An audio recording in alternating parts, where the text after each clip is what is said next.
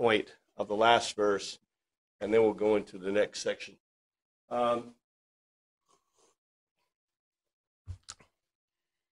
This is the last part, but she said, not even one supreme in authority, but Jesus said to her, neither do I judge against you.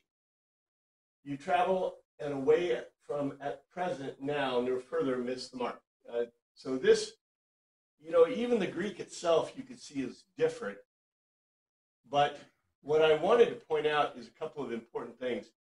Number one, you look at, there are heretical statements in this last verse. This is the transitional verse, right, of that Gnostic ad. And there are heretical statements just in the verse. In the first place, it is the position of Jesus to distinguish. We're going to see some interesting things, but the word that's used throughout all of the Gospels is krino, K-R-I-N-O in English for a thing, but krino means to distinguish. So it's usually translated to judge, but the word here is katakrino, to judge down. Now, the difference between to judge and to judge down, krino means just to make a judgment. It doesn't mean a negative or a positive judgment. Judgment in English is very negative, right? If you're going to be judged by a judge, and we usually say you got a judgment, we usually consider that to be negative. You're acquitted, right? We say you're acquitted. But a judgment from a judge can be a positive judgment. You get $1 million. Of course, that's a bad judgment for the person you were prosecuting or being prosecuted against, etc., right? But usually a judgment in English is negative. Judge in Greek is not negative. It's just krino. Katakrino is a negative judgment, and it's the only time it's used. I believe that's the only time katakrino is used in all of the Gospels. In fact, I don't think it's anywhere in the New Testament either. So, other than this section. So anyway, we're going to see something. I've got something else about this because it's very interesting, but it is the place of position of Jesus to distinguish, to judge. But notice it's judge against, which is a heretical statement based on the rest of John. We'll see why that's true in a minute. That's the purpose he claims from the Father. I'll also show you that. He's been given the authority in the heavens, the emperor on us, and the earth to distinguish. And that is his purpose. Second, Jesus does not ever make any other statement like this in any gospel. In almost every case of the gospel, he tells them to fulfill the Torah, right? He tells the leper to do the sacrifice, right, that's healed. He says, go tell the priest, do the sacrifice. In this case, he says something totally different. All the others, he tells them to follow the Torah, follow the proper sacrifice. The woman in Samaria, did he tell the woman in Samaria, don't sin anymore? No. He didn't even say that what she did was a sin, which is very interesting in itself. But who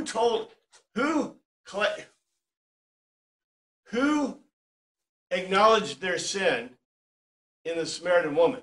Think about this for a second. It's an unstated tell us, but it's obvious. Who confessed? She said, what? That it's true, and you're telling everything in my life. She even confesses to her neighbors. What kind of confession did the woman caught in adultery make? Not at all. So anyway, there's a lot of heresies in this statement. Let's see. Instead of Christian and godly call to aim for the mark, remember, all of Paul's writing was not miss the mark, but aiming for the mark. And almost every statement that Jesus makes is aiming toward the Torah, aiming toward the mark, where he tells her, no further miss the mark, which is an interesting statement. But we love it. We love to hear this. Jesus uncharacteristically, heretically, doesn't call for the culmination of the Torah, but rather an abrogation of the Torah, which is completely heretical in Jewish thought, and to a degree should be in Christian thought, right? We preach the gospel, and we preach, the Ten Commandments, the commandments. But can you have the gospel without the Ten Commandments? Otherwise, either one is worse than useless. I completely agree. That's absolutely true. In this case, you get a total abrogation of the Torah, which is completely right. So, and by the way, thank you, Carl. You know, it's pericope, right? Or no, pericope. We liked Periscope. I like pericope because I like Periscope. I think Periscope was great, but it is Greek, but it's pronounced pericope and a pericope. I'm not sure why it's pronounced pericope because that's, anyway, it's fun to say, but it's impossible. It must be one of those Latin things, right? When you translate it from Latin from Greek. Anyway, I think you should remove this from any Bible. It's not original. It's made up. The words don't appear, and that was the final point. This causes us more problems for Christianity. It takes some of the most important claims of the Gospels away. The most important claim of the Gospels is that they're historical and not fiction. What is this? This is fiction. Somebody made it up. Somebody added it in. It's not. If you can't do this, why not the Gospel of Mary? I mean, I've taught you in some degree the Archcode documents, which the Archcode documents at least have some basis, right? We're not sure if they're historically accurate or not. That's what's really cool about the Archcode documents. We don't have enough data, and so you read them and they go, wow, these look pretty good. But how about the Gospel of Judas? The Gospel of, what's that? Gospel of Thomas. Gospel of Thomas, Gnostic Gospel, completely Gnostic Gospel. Yeah, very interesting stuff. I could teach class on this because I've read and studied these. But yeah, but the Gospel of Judas, how you got Judas write a gospel when he's a dead guy, right? The Gospel of Mary, there's a lot of other documents. Mary, there's the Ghost.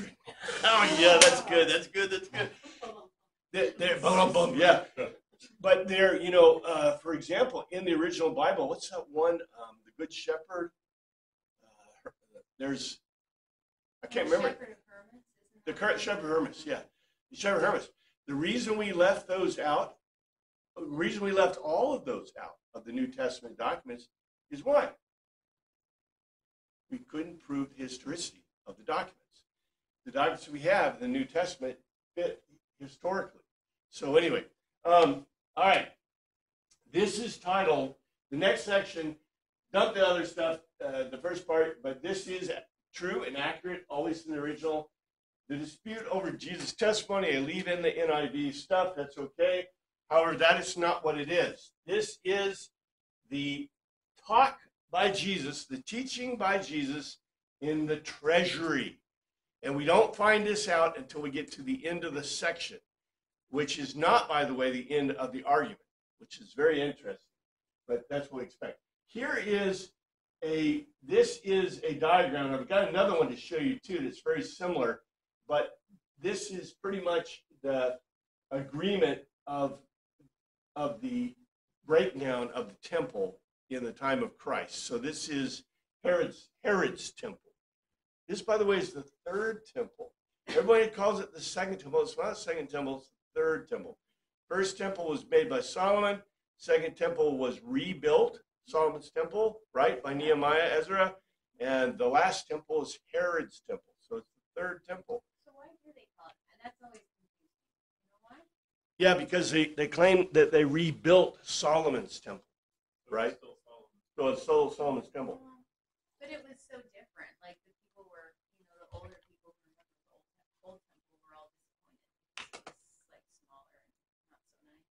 Yeah, because, if you read Solomon's temple, right, Solomon's temple is stone, a course of stone, and 2 courses of the Lebanese cedar, right? Yeah, cedar. And the temple that was rebuilt had no, as far as we can tell, didn't have any wood. Or if it had wood, it was like not cedar. By that time, you know what happened to the cedars of Lebanon, right?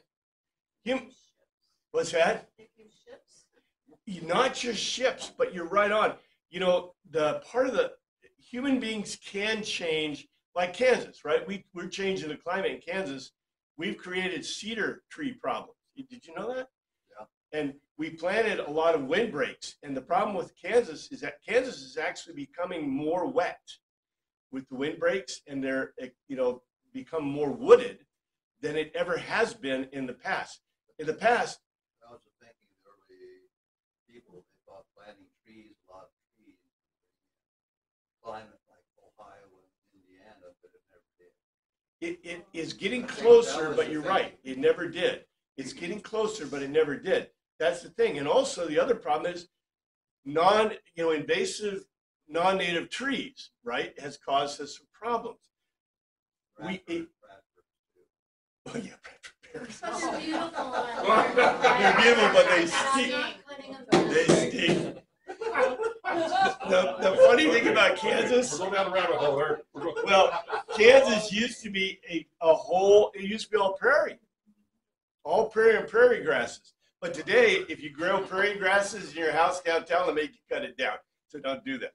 Now, but the thing about the Lebanon, okay, the two things that happen in Lebanon. Number one, they deforested. And what happens when you deforest? Erosion. Yeah, and that's what happened to Spain. Did you know that all of Spain was covered with pines and pine forests forever and ever?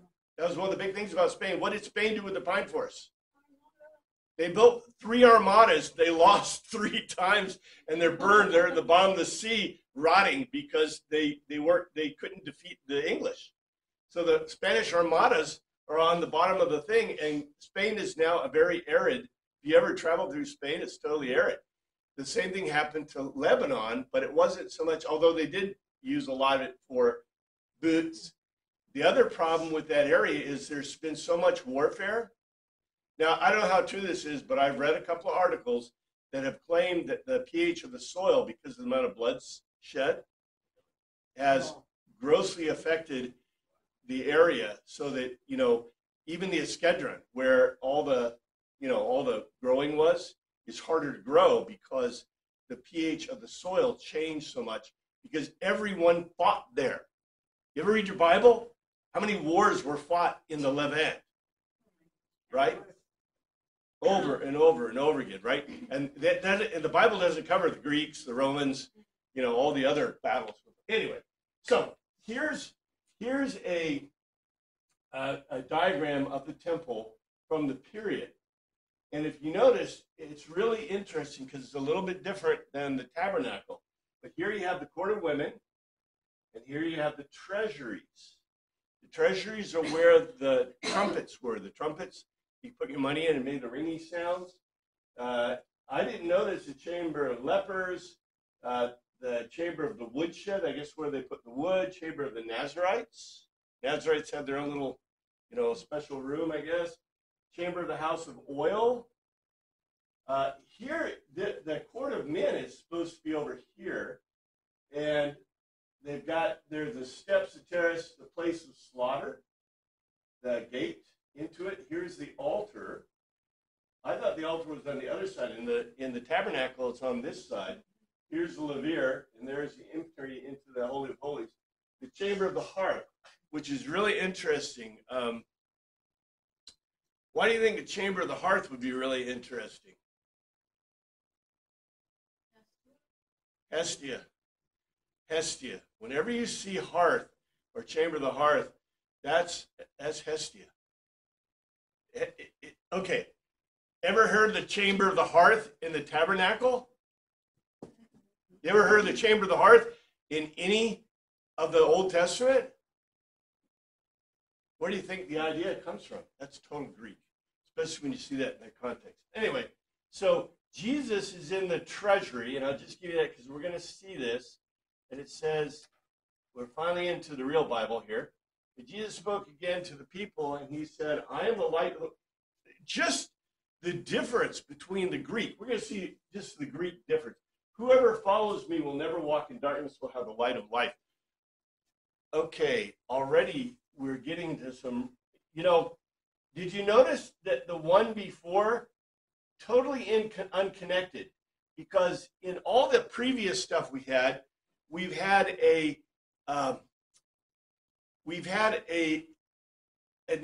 event occur, right?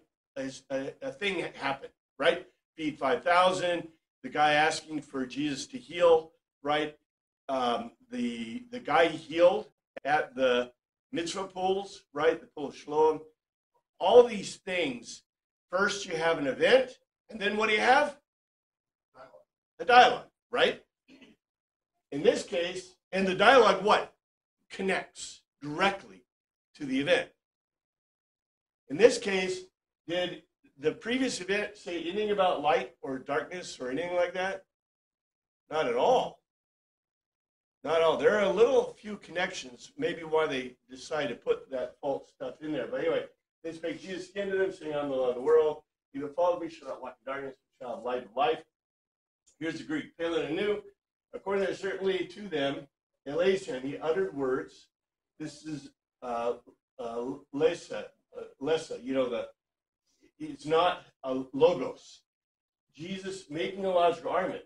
This is interesting. He uttered words, making a logical argument. I am a light or source of light of the cosmos, that which was created. The going the same way with. We've seen this word before. This is used in relation to the disciples, and he's told people, akolotheon, go the same way with me. No, we're not. May, not at least, peripatesis, shall walk all around. That's the favorite word of Paul, right? But we've seen it before. Jesus was walking all around Galilee, into the scotia, into the darkness. All other thing, contrary-wise, hexia, he will arrive to the phos, the light, source of light of life. Certainly, anew, Jesus uttered words to them, making a logical argument. I am the source of light of that which was created. He going in the same way with me shall not walk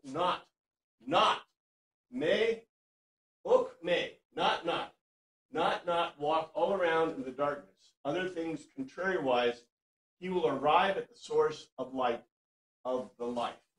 Already, this is different than the Greek that we saw before. I put this into the normal English, order and English sense, and it makes complete sense to us. It's almost like we're reading a different kind of Greek. But it's really interesting. The words in here are beautiful because it says, I am. And by the way, who said that before? It's right here in the note. John the Immerser, right? Said that the comments by John at the beginning of the gospel about Jesus being the Word, the Amar of creation. And here he makes the claim, I am the light, the source of light. I like source of light. You can read light into that in Greek, but the source of light, which was created of that, not that he was created, but of that which was created. Well, I mean, talk about, when you read your Nicene Creed or your the Apostles' Creed, or even the Augustinian Creed, right? The Athanasian Creed. You got them all together, right? Yeah, it's me, A words, right? So anyway, going the same way with me, etc. And this is a reflection of that witness from the very beginning of this book, which what John is doing with it. What do you think John's doing with this? We're not quite halfway through the Gospel of John. So what do you think he's doing as an author? Reminding you. Yeah, he can fit, this, we don't know. The Greeks didn't really care so much about the order of things like we do, right? We want everything to be chronological or at least some order. But the Greeks were not as interested in chronological. What are the Greeks interested in? The logical argument to an unstated telos. So they want you to, when you walk away, in English, right? You know what you want to walk away from when you finish reading something, whatever you can sell to the teacher, right? Or in history, what do you always want to see in history? I got my years, right? I got 1776 and the Constitution and the I've got this, I got that, I can order it in the world. Greeks don't care about that. The Greeks want you to get the message. What is the point, right? So they say that the point is the Constitution. It doesn't matter when, per se, right? Although events in history are really important, we know. But the thing is that when John puts these together, generally we're seeing the events. And by the way, the previous event to this, does anybody have it? What was the previous event to this in 7, just before the end? I can't remember. It was the argument. The temple guards had been sent to go get Jesus and whatever, and the Pharisees were like, "Why didn't you bring him?" It was a festival of booths, right? Remember, the whole thing was a festival of booths. And so this brings up the question, when was this? Is this during the festival of booths? Is this continuation of the festival of booths? All we know at the end is during the treasury. We unfortunately get that break of the Gnostic piece in it, which, what does that do? It disconnects the arguments from the events. And I think that's another terrible thing about that in itself.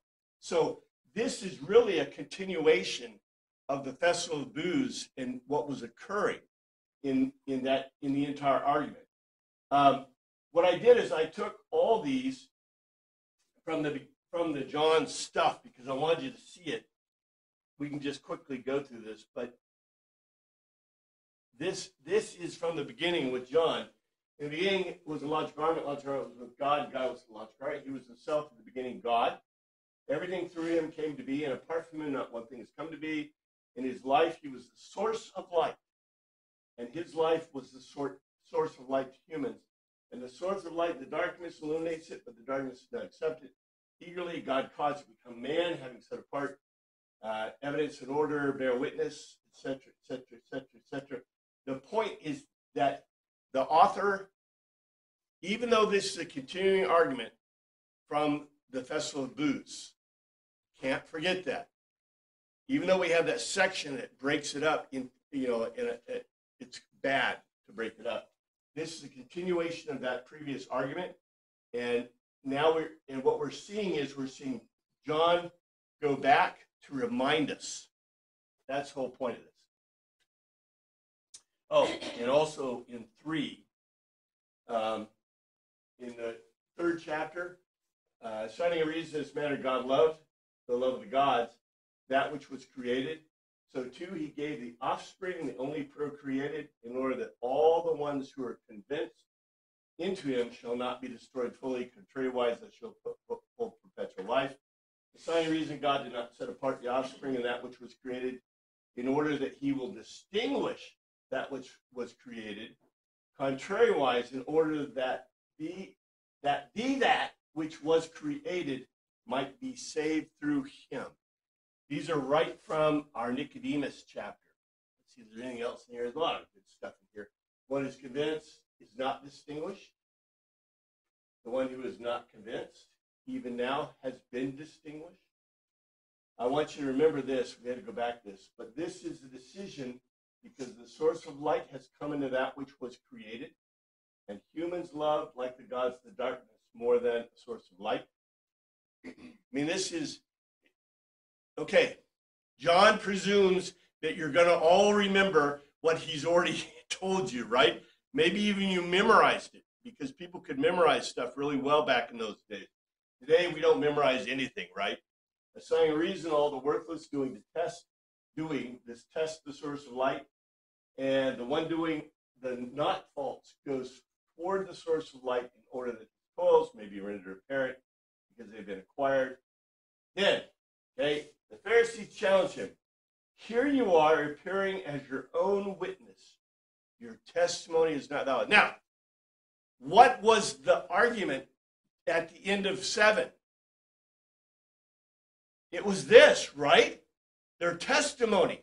This is a continuation, a direct continuation of that argument. It's because it's disconnected, we miss it. The Pharisees ever said to him, thou bearest record of thyself, thy record is not true. They said, certainly accordingly to him, Pharisees, of you, Perry, through all around, say to of yourself, Matras, you are bearing witness or testifying, the evidence given of you, it is not false. It's not false. In other words, it's not true. Here's a translation. According to the Pharisees said to him, of you yourself through, you are bearing witness. The evidence given of you, it is not false. It's not true. Jesus answered, even if I testify on my own behalf, my testimony is valid. For I know, remember the whole argument before in the end of 7 was where are, we don't know where we're not supposed to know where the Messiah comes from, but we know where you come from. And what did Jesus argue? You don't know where I come from because I come from God. You may know that I'm the rabbi of Capernaum, that I was born in Bethlehem, right? They obviously either ignored that point, but all the Greeks are going, yeah, he was born in Bethlehem because we know Matthew told us and Luke told us, right? He's born in Bethlehem. Oh, it's a great joke to them. Anyway, so they know this. And yet the argument Jesus made was a beautiful argument. You don't know where I come from because you don't realize I come from God. I am God. And basically this is what the thing. Jesus answered, even if I testify on my own behalf, my testimony is valid, for I know where I came from and where I am going. Remember that was a big argument? Where are you going? Are you going to kill yourself? They said. Are you going to go teach the Greeks? Are you going to go teach the ones in the diaspora, the Jews in the diaspora? Whoa. But you have no idea where I come from and where I'm going. Okay. How does that fit? That fits because remember what the big argument was? The big premise? We're not supposed to know where the Messiah comes from, the Christ. And yet Jesus is telling them, Jesus answered them, though I bear record of myself, yet my record is true, for I know whence I came and whither I go, but you cannot tell whence I come and whither I go. That was the big argument, right? This is just a continuation of the argument. He concluded for himself, of Jesus, and Eppin, he said, autos to them, canon caset, I, ego, bear witness or testify, peri, through, all over, imota, myself, alethesh, not false. Estin, it is the evidence given of me, that is because I stare at from which or what place I came or went off, and at what locality I lead under of you. But, no or not, you stare at from which or what place I come or go, or than, at what locality I am leading under. I think the Greek is so beautiful because we do not get this very much. In our translation, it's whether I come and go, but that's not what he's saying. Jesus concluded himself and said to them, and in case that if I bear witness through all over of myself, it is not false. Now we're going to see why he can make that claim. This is unstated telos.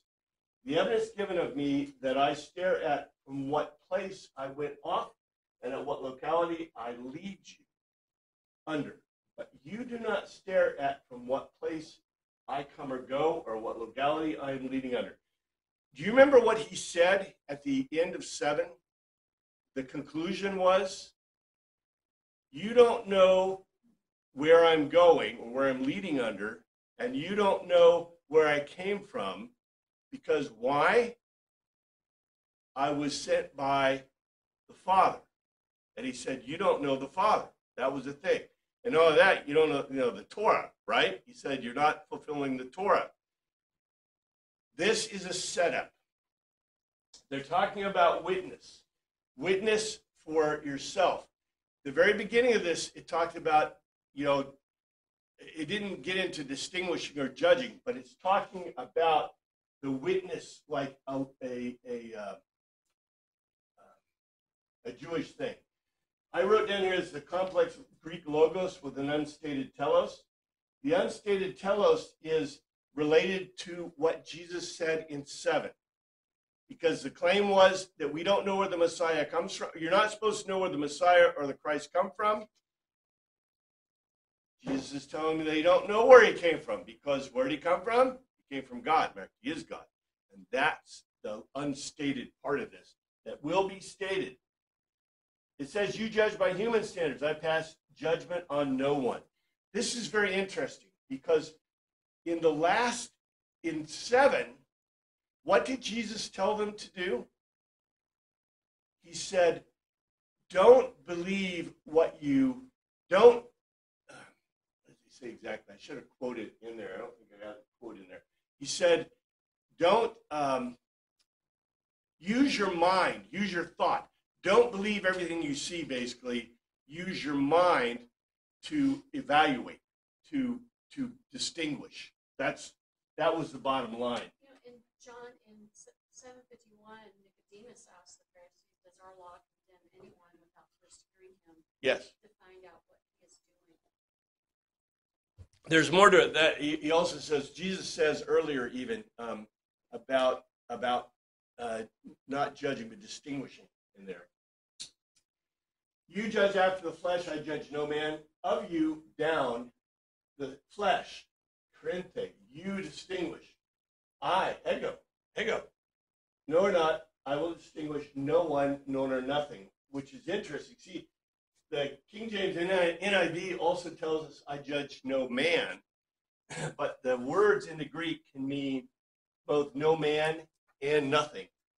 You distinguish down the flesh of you, I will not distinguish anything. Now, this is an unstated telos, and one that we miss all the time. Why does Jesus not need to distinguish sin? You have the law? Yeah, remember, I made this statement right at the beginning. I said, you can't have the gospel without law. You can't have law without gospel. I mean, it's a indelible function of each other. So what distinguishes? What judges?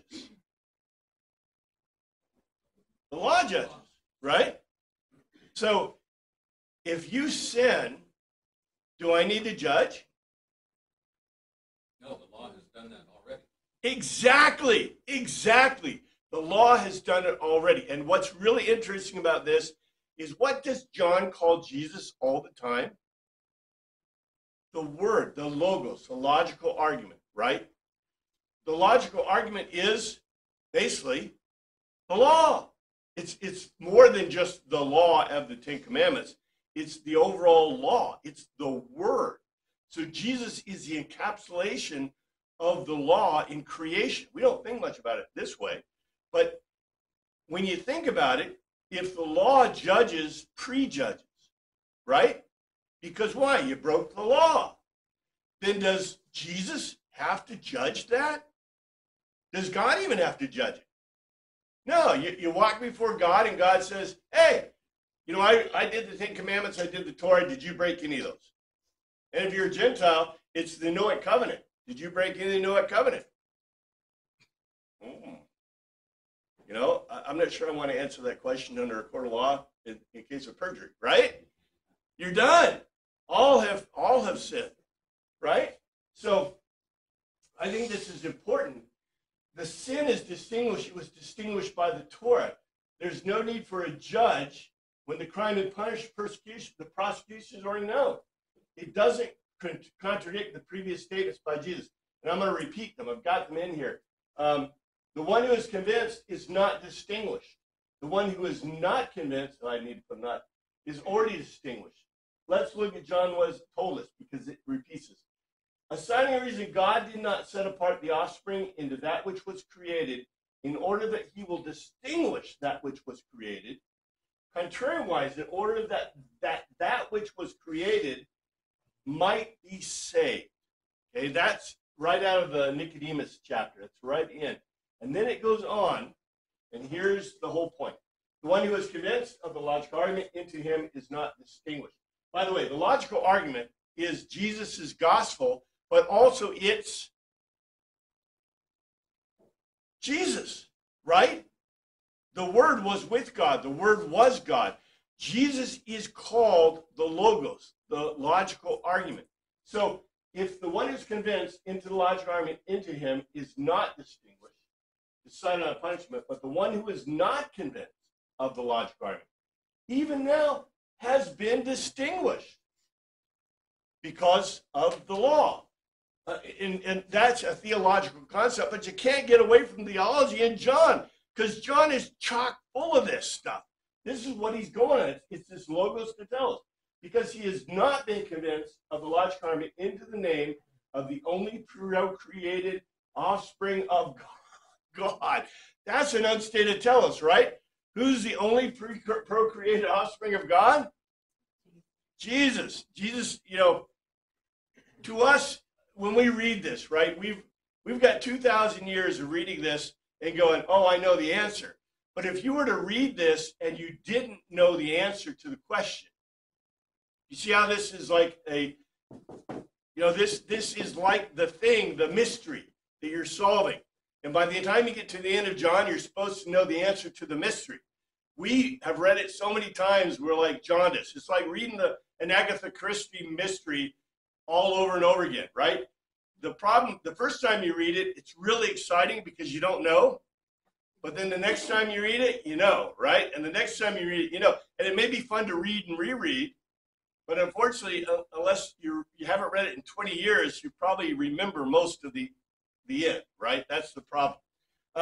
Anyway, 5:22. Assigning a reason, however, the Father distinguishes nothing. Contrariwise, every decision he has given to the offspring. If the offspring is the logos, the word, the law, the logical argument, what does this say? It says because God gave the law, that means Jesus is the law. At the same time, he's the logical argument. He's the creation. I mean, it's just this view is huge. And, we read this and just kind of, whatever.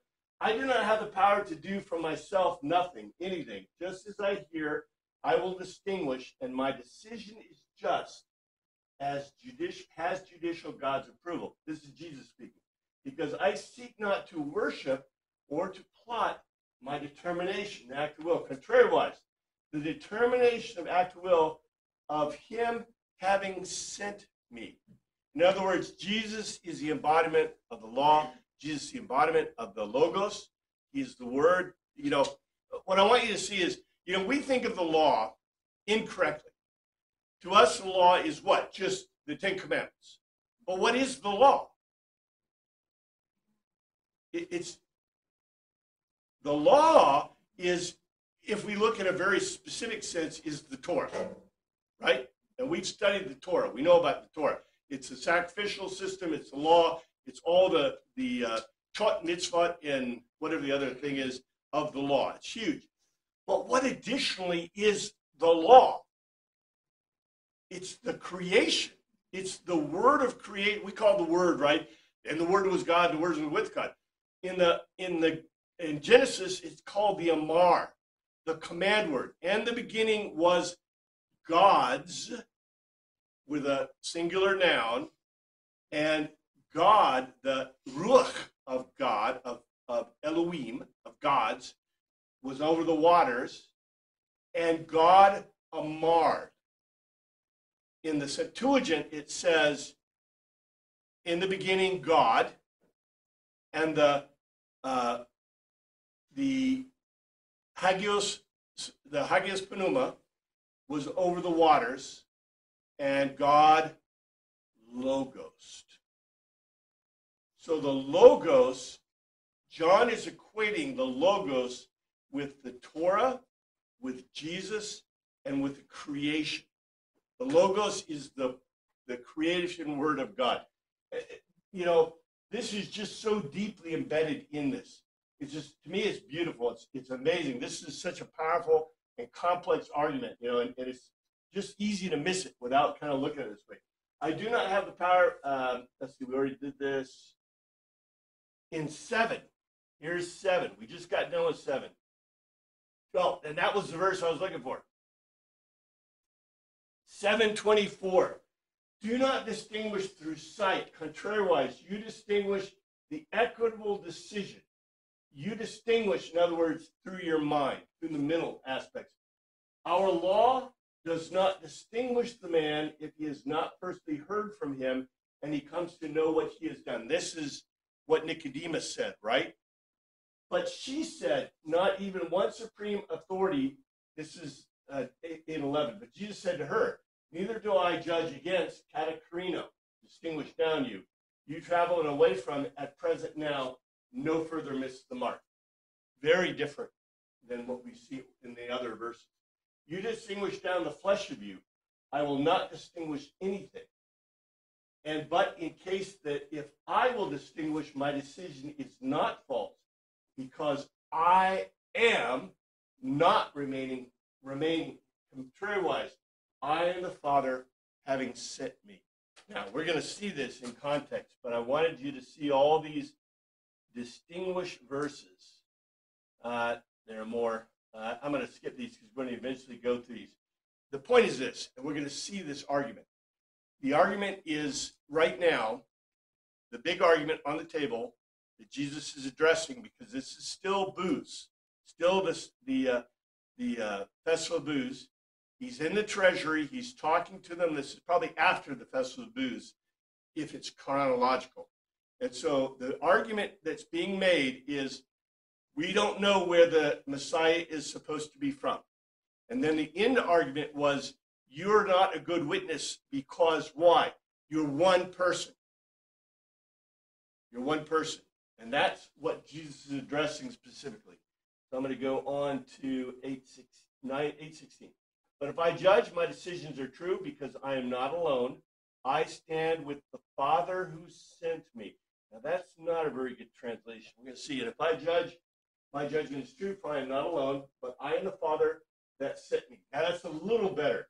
And in case that, I will distinguish, but I, the decision, crisis, he, crises, comes from this in English. My, not false, is that, or because remaining, nor not, I am, all other things contrariwise, I am the pimpus, he having sent me, pater. But in case that, I will distinguish, my decision is not false, because I am not remaining. Contrariwise, I am the Father having sent me. He's making an unstated telos that he is God. Again, over and over again, we get this repetitive thing because John does not want you to miss this point. The point is that, and here it is, this is the point. In your own law, look at what he says, and we'll see what it really says, but in your own law, it's written that the testimony of two witnesses is true. You see where this setup is? It's a beautiful setup. John and Jesus, I think these are his direct words. John is giving us a beautiful setup within the context of Jesus' words. It's also written in your law that the testimony of two men is true. And to the nomo, to the law, to a law, the law, though, Torah, but to hymetero, of you, it is written, imigrapha, the grapha, that are because dio of two, man face, humans or men, the materia and evidence given, not false is. But, this is really interesting. But, within your law,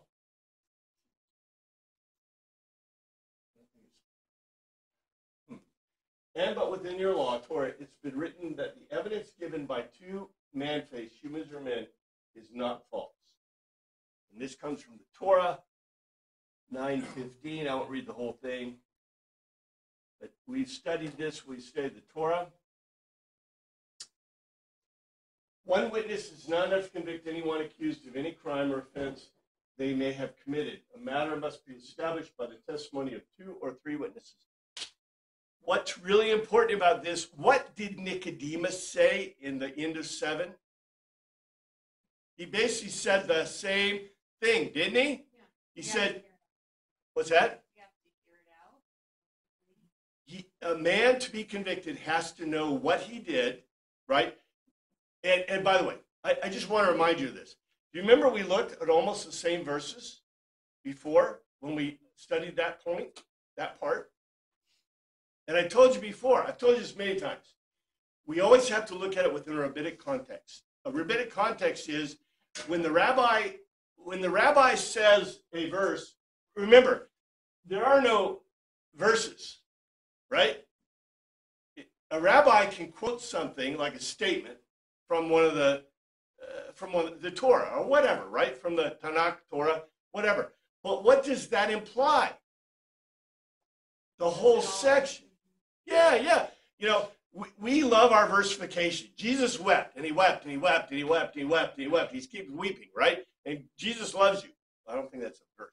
Anyway, we love to have our little memes or our little catchphrases or whatever, or quotes, but they're not real.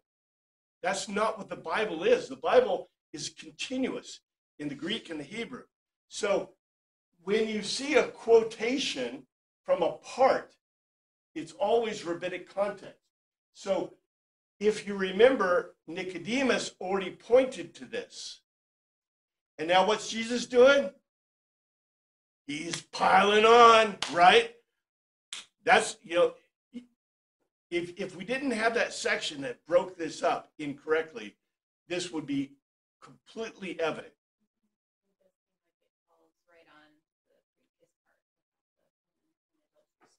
Yeah, isn't it interesting? Especially with John. What's really cool about this is John pointing us back to the light, the source of light, the Phos. Okay, anyway, it goes on. It's an obvious setup. Watch this. I am the one who testifies for myself. My other witness is the Father who sent me. Now, this isn't fair, right? Why isn't it fair? It's not recursive, but it's not fair. I and the Father are one. He's really one. And who else is his witness? But he didn't even mention it. The Holy Spirit, right? I got 3 in 1. It's not fair, but you know what? God can do what he wants, in my opinion. That's all right. Jesus. Well, he is on mission, so. Well, and I think what's really important to us, I don't want to ever take away from the concept that C.S. Lewis brought us. The idea of the 4-dimensional God projected into 3 dimensions. Because, our idea, this is our idea. We say, okay, they're all one, right? But in our 3-dimensional world, are they all one? Hard for us, we separate entities. Well, not only that, they are separate. I mean, they are one, but they're also 3. And the reason they're 3 is because they are the different aspects of the singular God working in the universe, the 3-dimensional universe. I mean, to me, okay, look, every scientist, every person studying science, person studying anything should see this and go, this is amazing. I mean, just the very idea, the fact that in the New Testament, this is 2,000 years ago, before anybody had any real idea of 3-dimension, 4-dimension. Who invented the concept of time as a dimension? Augustine. Augustine wrote his treatise on time, and his treatise on time was a proof text of God, showing how God was outside of time. But as far as we know, that's the first writing in the history of the world about time. So, time as an idea, it exists, but it doesn't exist even as we understand it today. And yet, for us to understand this 4-dimensional God, this 4-dimensional being, who is God, right, projected into 3 dimensions, he, no kidding, can make this statement that he is a witness and the Father is a witness, because even though they're one in the 3-dimensional world, they are 3. 3 in 1, right? And I don't know. I find this to be astounding, just in its scope. But it's astounding to me that we don't study John or even the other Gospels, but especially John, as a philosophical text in itself. I think they probably did back in the old days, but I don't find much evidence of that. I am one that bear witness of myself, and the Father that sent me bears witness of me. Ego eimi. Ego eimi. Look, how many times we see ego eimi in Mark? I think 3. How many times we see ego eimi in Matthew? I think maybe 1 or 2, maybe none. In Luke, none. In John, it's almost like every other paragraph we're getting to ego eimi.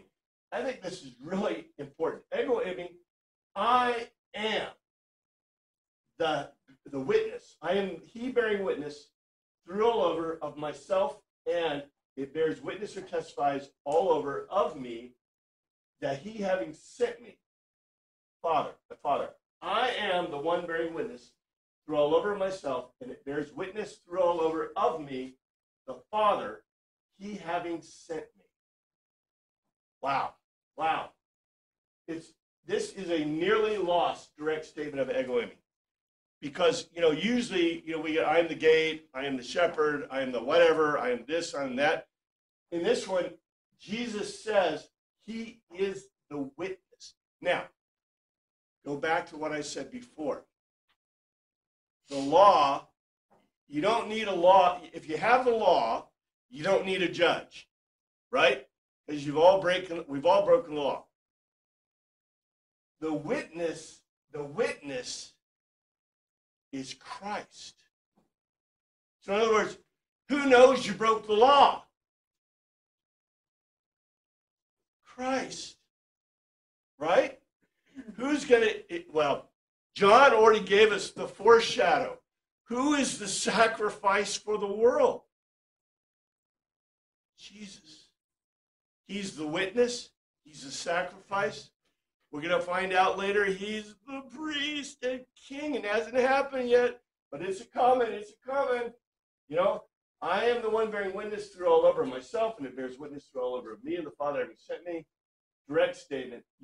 What I would be really cool is if we had our Bibles marked where every ego eimi statement was marked in bold or something, or red or bold, because it's important to know what Jesus said. But when he makes an ego eimi statement, it's almost like, I think we ought to be standing up, because to the Greeks and Romans, that was like, bang. And by the way, to the Hebrews, every time he said ego eimi, what do you think the Hebrews did? Yeah. Then they asked him, where's your father? Do you not know me or my Father? Jesus replied, if you knew me, you would know my Father also. Oh boy, oh boy, oh boy. This is such a beautiful Greek argument. Then they said unto him, where's your Father? Jesus answered, you neither know me or my Father. If you had known me, you should have known my Father also. They were making a logical argument, certainly, to him. At what locality is the Father of you? I want to stop for a second. Why are they asking this question? This is an unstated, obvious telos. Who is his Father? They've already said it. We know who your father is. Your father is Joseph. Now, if there's a question about whether Joseph is his father, does that sound like there could be? Remember, I told you, 200 years later in the Talmud, what they put in? That Jesus was raped. His mother, Mary, was raped by a Roman legionnaire, and therefore his thing was a question. But why, in Jewish thought, why is that not a question? Because who accepted him, Jesus, as his son? Joseph. Joseph, it says it in the Gospels, that Joseph specifically accepted Jesus even if his origin wasn't known. His DNA origin wasn't known, right? Per se. But you notice what it says. They know who his father is. They've already said, your father is Joseph. But then they ask, what locality is the Father, your Father? Jesus concluded for himself, okay? Not to any, you stare at to the Father of me. If Identa, you had seen with physical eyes, and the Patera, the Father of me, this on is a supposition. You had seen it's like a subjunctive in English. You had seen with physical eyes. Accordingly, they were making a logical argument to him, at what locality is your father? They know. What are you going to say? Well, they're trying to create a wedge argument because they know he's not talking about Joseph. So he's talking about someone else. So, oh, this is interesting. Who are we talking about? Where's the person you're talking about? Yeah, see, there are depths and depths and depths on these arguments. They're beautiful Greek arguments. But the thing is that usually we just read this. Oh yeah, who's your father? Right? Well, they know his father is. Come on. Doesn't Let's it also get to what they're asking about, like Galilee and Bethlehem? Like, where did you come from? Like, if your father's not actually Joseph, then maybe you're not from Galilee. Well, see, I think we know we can almost 100% know that the people that this is being read to, or the readers, they know that this is the continuation of Matthew, Mark, Luke. They said, John, we want to know more about Jesus. Tell us more about Jesus. And John wrote his gospel, I think, in response to Greeks and Romans, especially wanting to know more about Jesus. But what he said is right. So the people here, there may be a huge contingent that don't know. Well, they were arguing about it, or aren't you from Galilee? How many people are from Galilee and from Capernaum in this crowd? Yeah, remember, it was a fight, right? The brothers of Jesus said, aren't you going to the Festival of Booths? And Jesus said, nah, and then he went, right? And everybody's looking for Jesus. So all of Capernaum, all of Galilee, all the believers, all the Jewish people, men are there. They're all there. So when the crowd says, you're from Galilee, how can you be? The unspoken, what do you think happened? The people from Capernaum and the people from Galilee said, did you know he was born in Bethlehem? His parents lived outside of Galilee for a while. Haven't you heard one of his sermons? In his sermons, he uses an image all the time. Jesus talks about how he was born in Bethlehem. I'm making a joke here, but you know what pastors do, right? He's a pastor. He's a rabbi. So when he gives his sermons, don't you think he uses imagery from his life, with his parents and his early life? Yeah, my parents lost me. I was in the temple. My mom was really irritated. Don't make your mom mad like I did, right? I mean, just think about Jesus. He's a real person, but he's God. Anyway, we've got to stop. But, let me finish this. Accordingly, they were making a logical argument to him, at what locality is your father? And Jesus concluded himself, not to me you stare at. You don't just stare at me, not to my Father. If you had seen me with physical eyes, and you had seen my Father with physical eyes, in other words, you would see God when you see me. Beautiful, very complex constructions in Greek. Anyway, Father, we thank you for your word. We thank you for this week. We pray you look after us. In your name we pray, amen.